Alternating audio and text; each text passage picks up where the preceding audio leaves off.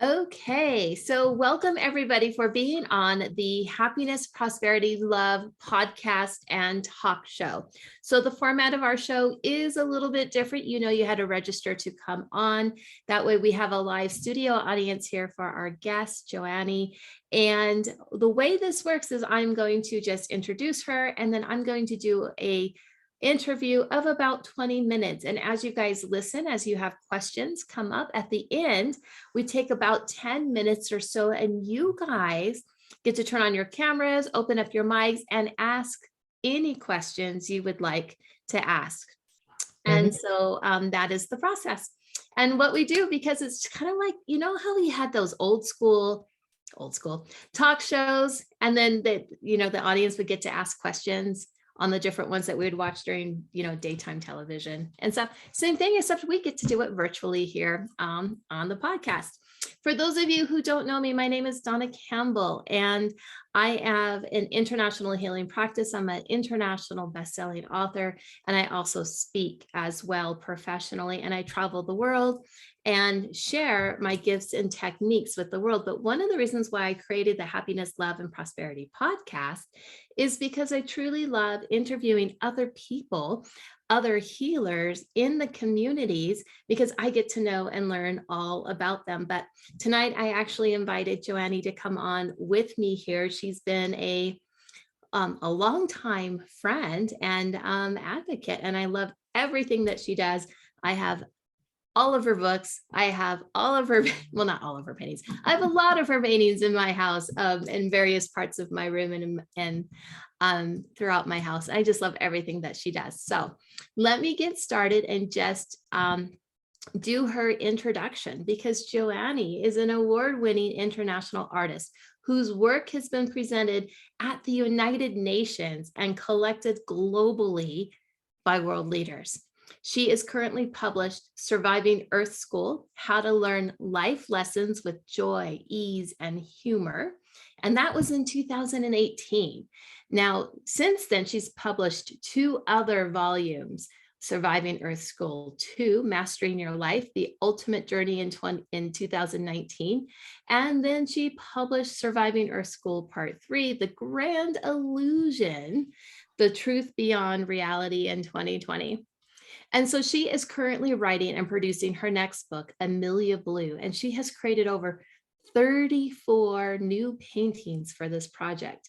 It is a fantasy fiction chapter book geared for 6th graders through adults, about a girl who is half fairy and half human, and the many lessons and choices she must make to empower herself.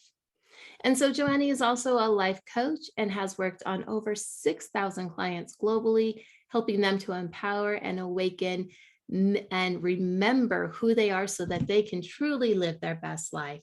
And she's also produced a national conference for over 20 years, the Lightworkers Conference, which has showcased many top presenters and musicians. So everyone, let's give Miss Joanne a huge warm welcome, and thank you for being here with us today. Thank you, Donna. What an honor. Always good to see you, see your smile face. Yes, I know. We would get to see each other every so often. And just over a year ago, I was traveling through Chicago and got to stop by and see you, which I was so incredibly thankful for that. That was fun. So I know you have quite the resume there. And when we first met, it was partly through the healing world, and then of course through your Lightworkers Conference, and with some of the different things and I wanted to ask you about some of your artwork and being I know a visionary artist. So share with us what that means to you, and how do you come up with some of your paintings that you share with the world, and how did you get in the UN? I mean, hello. Okay, well, there's a lot of questions there. So. There's like 3 or 4, so I'll let you just. Visionary art to me is something that opens up another realm when you look at it. Everyone vibrates at a different level, as you know, being a life coach yourself.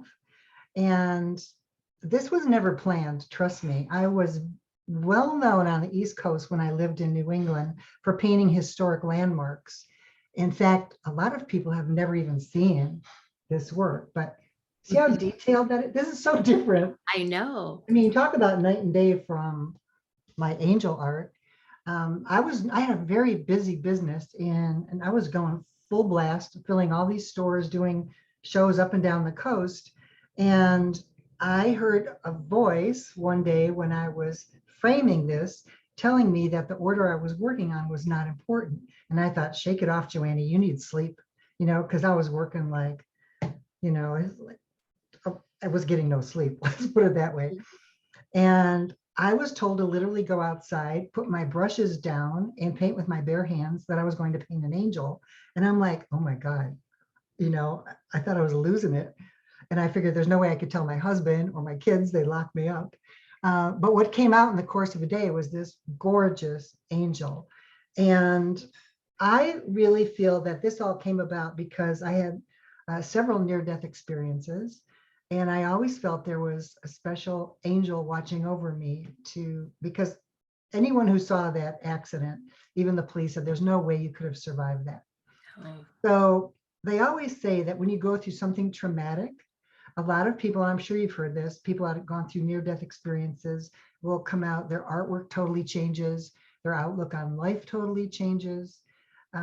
They have a whole different demeanor about them. You look at life in a completely different way. You appreciate everything. So what came of that was this visionary art where, oh my gosh, to me, visionary art is something on another level. With the visionary art, I was told to put my brushes down. So I was painting with my bare hands. And what came out was this amazing angel. And I didn't know how to paint angels. If someone would have told me a couple years before that I'd be doing that, I was like, you're crazy. Where are you from? But every time one of these, I was told to go outside and paint, I would get a download of information and visions of what would happen if I walked through this door, if I stuck with this artwork. And when I did World Peace Angel, I was shown I'd be speaking in front of many nations. And I'm like, oh yeah, right. Here I am in this little cow town, Monroe, Connecticut, population 3,000. And they're showing me I'm going to be presenting my work to world leaders. Well, that was so far-fetched. But fast forward, I'm like, okay. When I got World Peace Angel printed, I called the United Nations, figured gift shop, right? That's the first thing you would think about. Let's get it in the gift shop with the UN. And they hung up on me. They were so rude. They said I would offend many because it was a religious item. And I heard that voice again and said, don't you dare hang up, get back on that phone again. And I got this girl named Rosemary. And I told her, I said, look, I just finished this angel. I know it has to be at the UN. And she says, well, she looked at me like, I could just hear it. Like, oh God, crazy woman online too. But I did send it to her. And I said, I gave it up to God. And I says, here, I says, I want 4 angels holding each corner. Make sure this gets to whom it's supposed to get to at the UN. I'm leaving for a business trip in Florida. And when I got back, there was this official business envelope in my mailbox, United Nations with a raised thermographic printing. And I'm like, oh my God, what is this? And it turned out that, lo and behold, the angels must have done their work because the chief of protocol presented my World Peace Angel to Madeleine Albright, who was then, she was a pretty big gun there, at that time. She was under under Clinton's cabinet, Secretary of State. And she wrote me a beautiful letter. And it was in the height of everything was going on in the White House. A plane had just crashed, around Cuba. And she took the time to write me a personal letter saying that how she got it and that she decided to hang it on the outside of her office wall for all the world and visitors to see. And I'm thinking, how funny, because the gift shop wanted no part of me. And here Madeleine Albright's writing to me. So then I received a call from the president of the World Citizens Diplomats, Lois Nicolai, who invited me to bring my artwork down to the UN because they were going to honor Rodrigo Carrazzo, who was a former president of Costa Rica, with his then ambassador, Amelia de Barish. And a lot of people don't know this, but when a lot of presidents retire, they do more work on the inside privately for world peace than they can when they're in office, because there's too many strings attached to them. And this fellow, when Rodrigo walked in that room, there was a light coming off of this man. And I was just out in the audience, thinking, okay, I'll just, listen to this presentation. And Lois Nikolai came up to me and said, you're going to go up there and tell your story. I'm like, what are you talking about? It was just so surreal. But then I found myself, now I was on the stage flanked by these diplomats. And yeah, I was asked to tell my story. So all these stories just came off of that. And there was somebody from England, and they did a story about angels at the UN. And there was this strange looking monk sitting in the audience that was lined right where I was sitting on stage. And he was staring a hole right through me. He never blinked. And when I was done with my speech, he stood up and moved into the aisle, and he bowed to me. And I had no idea who this was. And then I found out it was Lama Gangshen. And he is like, there's a bio, like 10 pages typewritten for this guy. He's, wow, very spiritual person. He was a doctor to royalty. He opened up the spiritual aspect of the United Nations where people can go and meditate. And he bowed to me. And he said, we must find the common thread among all races, all religions. And that common thread is love. And I was blown away when I found out who he was. So I just found out he died of COVID not that long ago. So yeah, the work I sometimes have to pinch myself just knowing where it's gone and who I've met. Ambassadors started writing to me, hanging the artwork all over the world. The White House called. I mean, it's just bananas. So did I plan any of this? No. Did I see this coming? No way.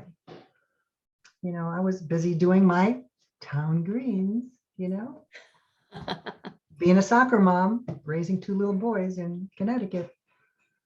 So it's been a wild trip. And that was in 94. And I can't believe it seems like yesterday. I mean, it seems like yesterday since you were here, I know. So out of all of your artwork that you've done, what was your most favorite to paint and why? That's like asking which one is your favorite children. I know. Seriously, it's hard to, there are some that oh my gosh. I guess Light of the Universe. I would have to say Light of the Universe. That's the 8-foot one. Mm-hmm. Try carrying that to the UN, physically. And that one opened up so many doors for me, because then I found a rep in Japan for 8 years. And oh my gosh, she was running a jewelry shop, and she bought my artwork and hung it in her jewelry shop. And everybody that came in her shop didn't want the jewelry. They wanted the art. How could we get this girl's art?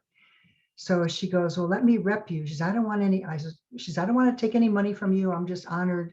And I'm like, no, you're going to get a percentage. So I worked with her for almost 10 years. So there is a lot of my artwork in Japan.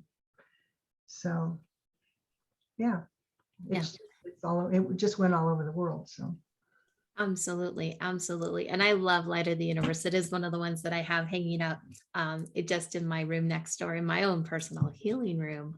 That's where I have all of those at there. And it's truly, truly amazing. So here you are, you're painting, you're doing all of these amazing things.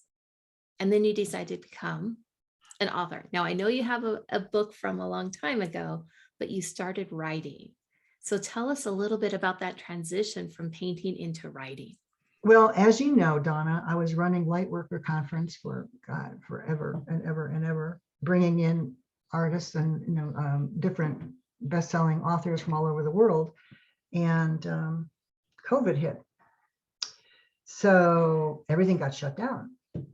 And then I heard that voice again saying, it's time to write the books. And I'm like, write the books. Like, okay.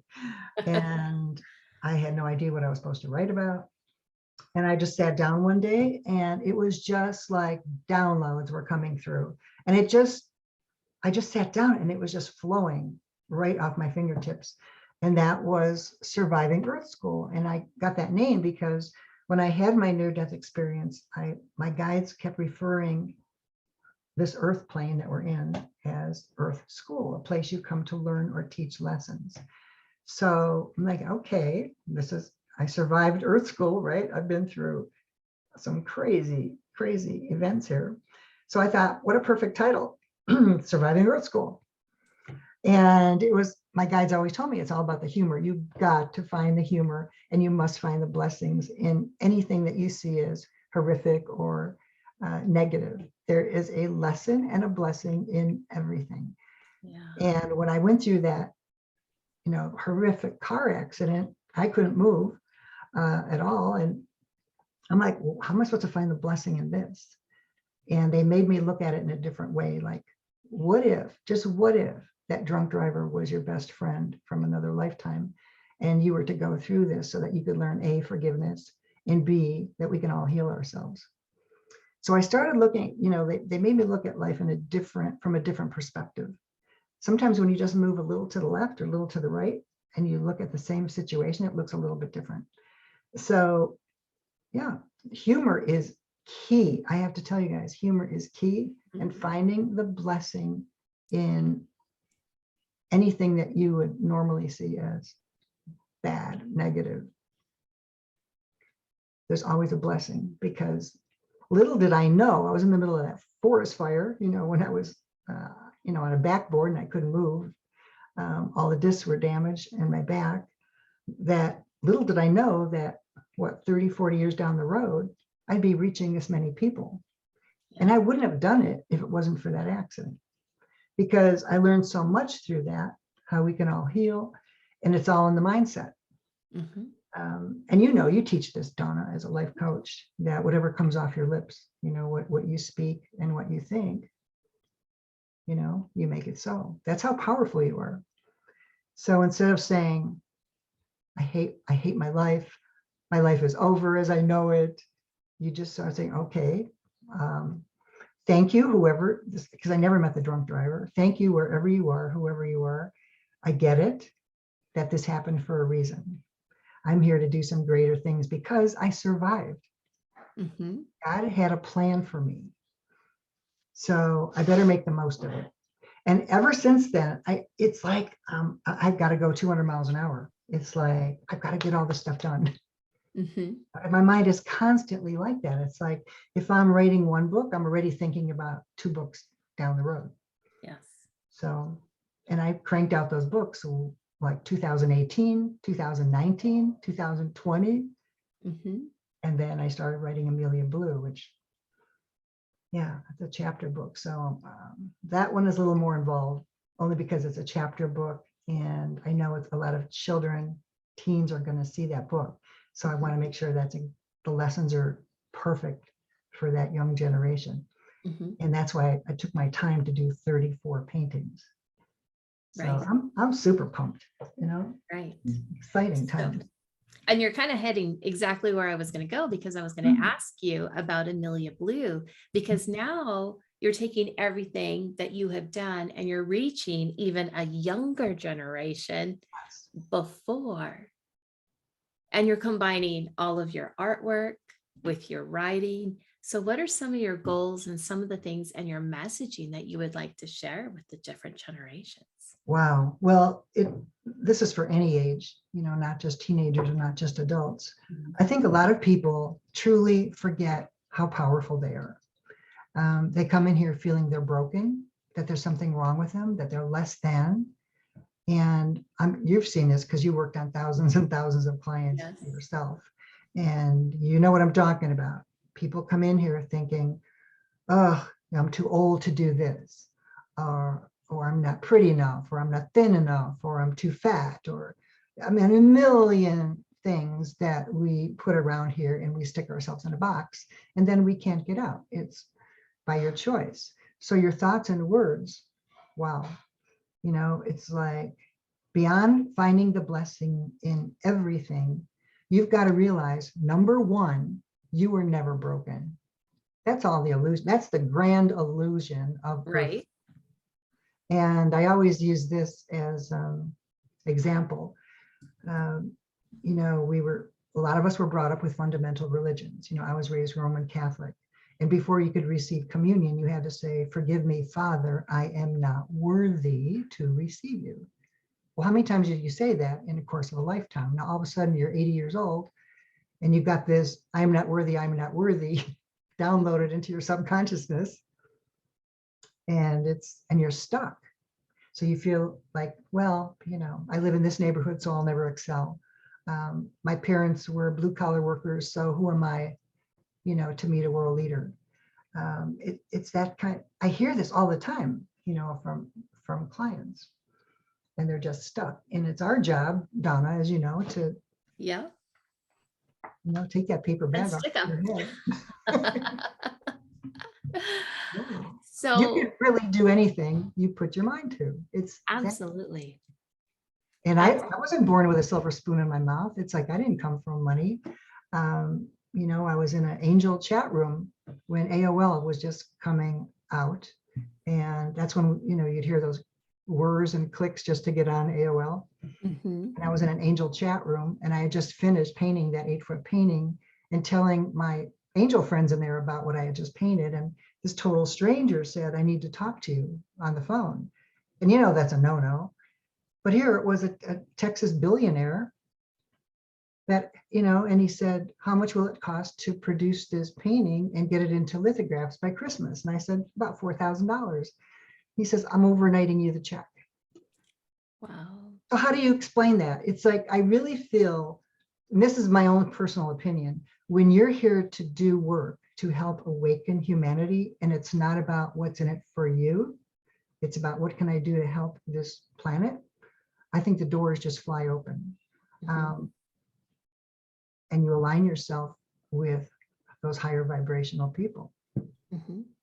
And I always said, you know, as part of my prayers at night, I'm like, you know, dear God, it's like, align me with the right people that can help me do this work so that I can make a difference. Because it's not about Joanne. It's not about what's in it for me. It's about what can I do to help another person see their value, see that they are magnificent. Because when you truly lift those veils off of these people that are struggling, and they can turn around and do exactly what you're doing to help other people, however that is. Mhm. And wow, you know, we're teaching them how to fish, right? Absolutely. Absolutely. I do want to ask this one question here because you had this accident and it seemed like a divine intervention moment because the whole course of your life totally changed after that. I Oh, mean, whose life wouldn't? But what I'm curious about is because you started receiving your intuition, your guidance, and you started following and listening to your inner voice right. after. Did that happen before the accident? Um, Not before. I knew as a child that I always questioned my religion. I was the little kid in catechism class that I would, if the sister would teach something, I'd be raising my hand, but sister, this doesn't make sense. How could this be this, this, and this? But Jesus didn't do this. I mean, Jesus taught outdoors and he didn't have, and I'd get hit with a ruler. So yeah, so I guess you could say that before the accident, I was the one that questioned everything that didn't make sense. But out of respect, you know, for my mom, she wanted me to Mhm. take all my, you know, do the whole route. She goes, "Nobody will marry you if you don't get married." Well, there's a belief, right? Right? Nobody will marry me if I don't receive all my sacraments in the Catholic religion. That's a belief. But, you know, back then when I was raised, you did not question authority. You did not question your teachers, the nuns. You did not question the doctors. If they told you you had 6 months to live, you better buy your tombstone. You know, so yeah, I came in here as a rebel. I mean, day one of kindergarten, I knew, and I told my mom, because I went straight to I made a beeline every day to the easel to paint. And I told my mom, I said, "Mom, I'm going to be a famous artist or a doctor. That's it. I know." 5 years old, Donna. So she would buy me all the learn to draw kits, you know, John Nagy, and Right. she'd buy me the doctor kits with the plastic little, you know, stethoscope. And I did end up going to med school, but I fainted in the morgue, and I figured, you know what, give me my paintbrush. This is not where I'm supposed to be. But fast forward, look what I'm doing, so I'm not cutting people open. I'm not doing surgeries, But you're but still healing the hearts. yeah, you're helping people with beliefs or whatever it is that's holding them back. Just your paintings and your books and all of that alone healed, and it heals other people's hearts. Always does, always will. One of my most favorite stories that I've heard you tell before, and I'm going to ask you if you'd like to share it here, was when you were following your intuition and your guidance, and you ended up in some construction place, and you found a picture. A construction place. Was it construction? I'm trying to remember how it went. And it was like the picture of Oh, Jesus. Jeshua? Yes. Oh, Will that you one. share that story? Because it's like my favorite intuition story ever. Okay. Yeah, that was a pretty cool experience. I was still living in Connecticut, and I was in Stratford, Connecticut on the freeway. And the voice came through and said, you are to get off at this particular exit. So I got off, and they guided me into this it looked like an old warehouse. There was nothing in it. And I walked in there, and I'm like, okay, what am I supposed to be doing in here? I don't feel safe. You're looking around, and all of a sudden this man walks in, and almost like he floated in. He looked like an apostle. He had this linen outfit on. He had the goatee, the beard, the most beautiful, soft face you could, and he never spoke. And he had like a linen satchel. It wasn't even a briefcase. It was a linen satchel. And he put it on this counter or table, and he pulls out this picture of Jeshua. And he put it down, and I looked at it, and I was so taken by this image that this guy could have disappeared, and I wouldn't, because I was like, oh my God, that's how I remember Jeshua ben Joseph. That's what, I remember calling him Yeshi. So now a lot of people, granted, do not believe in past lives, and that's okay. I honor your beliefs. But I'm telling you, it was one of those God moments, when your hair stands up. And he just walked out. He looked at me. He never said a word. His eyes never blinked. And I looked up, and he's gone. And there's this picture. So I took it home, and I posted it on my wall in where I meditate in my house. Gosh, that was years after, because now I moved to Illinois, and I put it in the room where I do my energy work. I posted it on the wall, and I sat in this wing chair, and I just stared at this picture. And it's like literally he came out of this picture and stood in front of me. And I was like, oh my God. And it's hard to tell that story without sounding like some kind of nutcase. But that's something you never, ever forget. And he anointed my hands with an oil that was just given to me called the Christ oil. And the message was, many, I forget, he said, many are going to find you that are broken, that are suicidal. They will come to you. And I just took that with a grain of salt. But Christmas, it was close to Christmas. On Christmas Day, there was a lawyer that was very well known nationally, came to my door, and she had been beaten up by her husband. Of course, I can't give names or anything, but she did not want to call the news. She did not want to call the police, because it would have been like the story of you know what I mean? And she just wanted to take her life because she was so broken that day. So I worked with her, and then someone else came. The next client was suicidal, and then the next one. And I'm like, oh my gosh. Then you start thinking like about the visit. Right. And it's like, okay. And that's when I gave my promise. I'm like, look, if I'm supposed to be doing this, helping people, then just give me the strength and bring them to me. And I made a promise to God that I would always help whoever needed help. It was a given. And I can't even imagine not doing this work,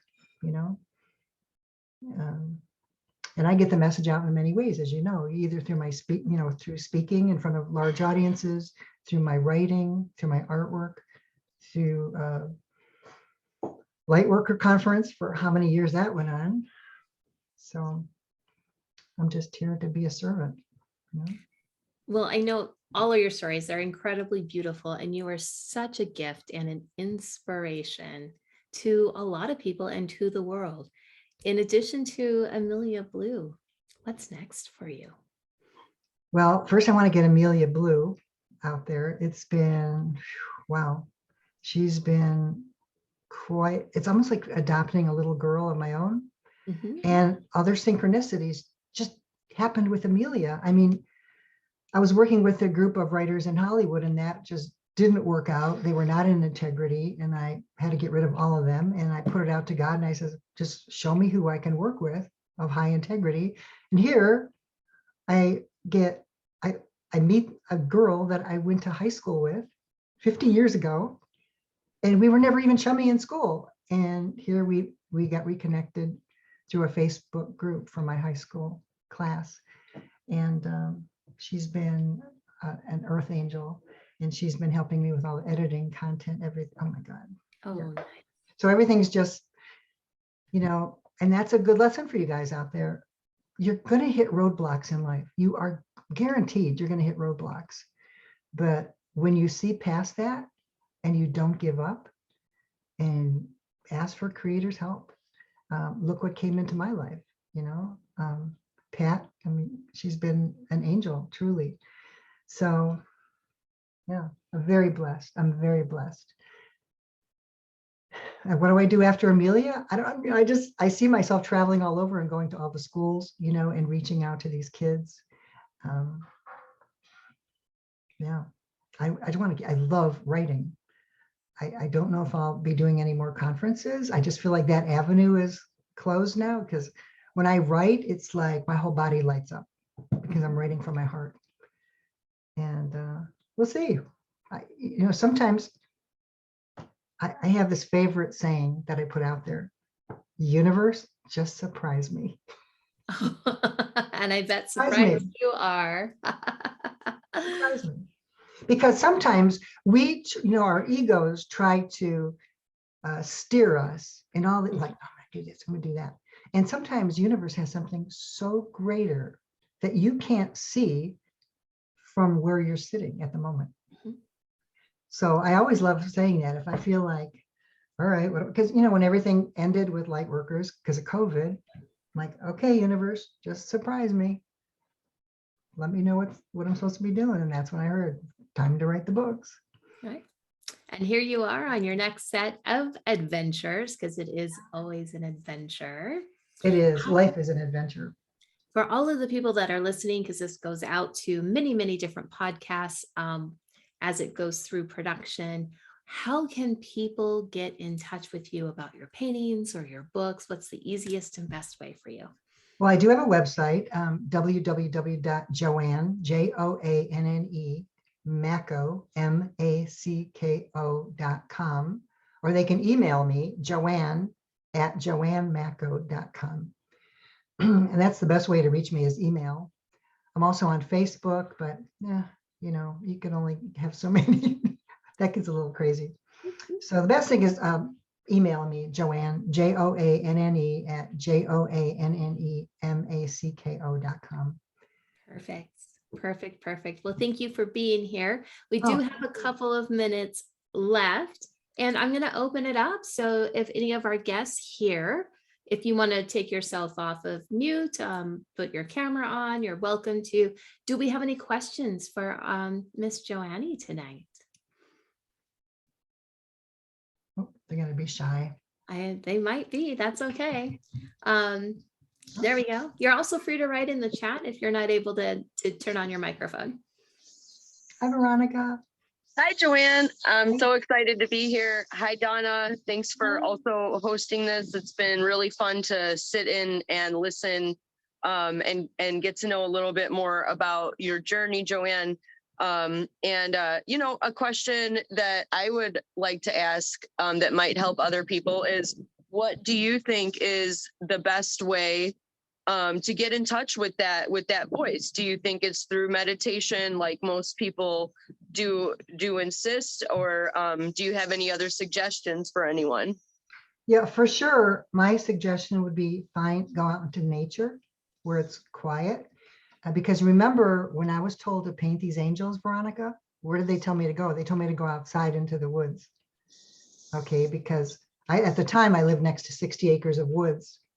And when you're sitting in nature, oh my God, the energy of just everything out there is unbelievable. You're not inside with phones ringing, your TV going, somebody's trying to text you. How can you possibly get a message if you're around all that high electricity, right? So my suggestion is go to the beach. If you're near a beach, a lake, go out for a walk. Everybody has some kind of nature park near them or within an easy drive, distance, and sit and just sit in nature and sit and take a notepad with you and a pen and write down the first line, angels, what is it I need to know now?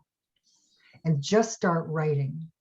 And at first you're going to think, oh, this is my ego coming through.